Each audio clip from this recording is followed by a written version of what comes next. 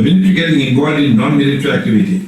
The armed forces have gone into non-military commercial activity. They are engaged in large-scale property development, construction projects, business ventures such as travel agencies, holiday resorts, restaurants, and numerous cafes in the north and the east. The military has no place in business activities. This non-military activity is having a serious impact on civilian life and must be stopped.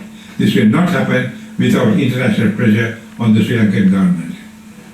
Military intervention in local civilian economy. The military intervention is operating its own businesses, employing civilians in military and civil society projects, and getting into private sector investments. I'll deal with just a couple of these. The military operated businesses.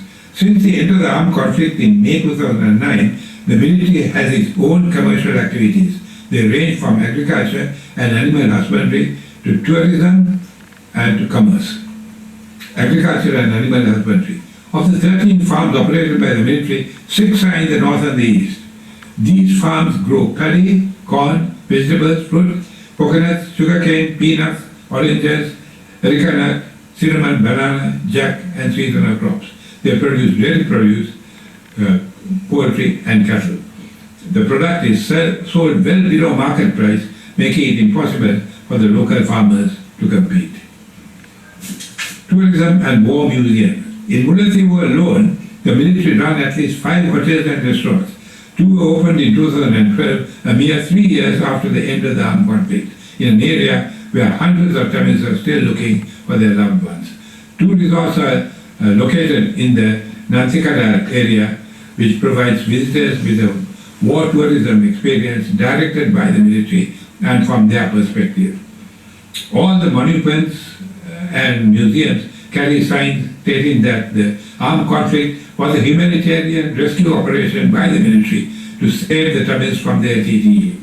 There is no mention of the tens of thousands of Tamil civilian casualties. The military getting into education and schools. Of serious concern is the military getting into education to teach military designed curricula. There is also concern that the military is appointing teachers with higher salaries to teach these curricula. These military activities do not have the training to get into these areas, and children who are at the receiving end of this might suffer. I have seen this in medicine when I was a don in the Peradeniya University in Sri Lanka. New recruits trained in medicine and who were competent in treating patients were suddenly appointed as medical teachers. They had no experience in teaching, which is entirely different to treating patients. There were several complaints from medical students, so that I decided to attend some of these lectures. They were dreadful. I had to redo most of them since and insist that lecturers in medicine, in addition to knowledge in medical knowledge, had to be trained in teaching. The absolute need to have human rights monitors in the Tamil area. Where there is a violation of human rights such as rape by the armed forces, police and paramilitary groups working with the government, there is nowhere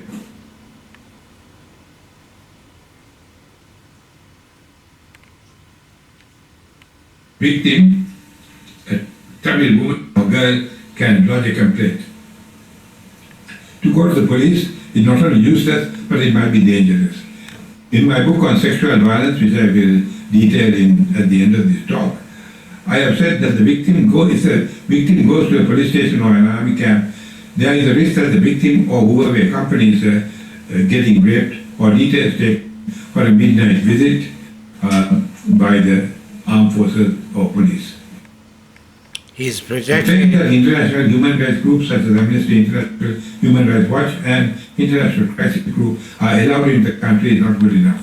If when these organizations visit the Tamil areas, they are accompanied by members of the armed forces or police, notes are taken as to who was visited and what was said. This even happened when the former UN Human Rights High Commissioner Navneet Pillai visited the area. Before her visit, people were told that any complaints to her would be noted and the consequences would be serious. There is no alternative to setting up of manned Tamil civilians to whom victims of human rights abuse can complain without fear. It will take years before this serious complaint is resolved. It will not be resolved until the armed forces are resolved from the area and the Sinhalese police are replaced by Tamil police. The